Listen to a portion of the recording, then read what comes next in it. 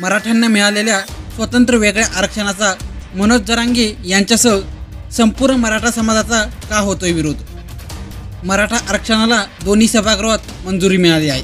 मराठा आरक्षणासंदर्भातील विधेयकानुसार राज्यातील मराठा समाजाला शिक्षण आणि नोकरीमध्ये 10% आरक्षण मिळणार आहे. तर मराठा समाजासाठी राज्य सरकारकडून देण्यात आलेलं आरक्षण हे सर्वोच्च न्यायालयात टिकेलच असं आश्वासन देखील मुख्यमंत्री एकनाथ शिंदे यांच्याकडून देण्यात आलं आहे. मात्र मराठा आंदोलक मनोज जरांगे पाटील यांनी मराठा समाजाला स्वतंत्र वेगळ्या दिलेल्या आरक्षणाला विरोध दर्शवला आहे.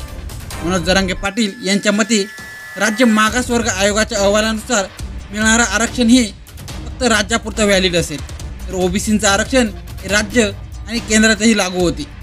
देश पातळीवर नोकऱ्यांसाठी मराठ्यांनाही ओबीसीतून आरक्षण हवं, यावर मनोज जरांगे ठाम आहेत.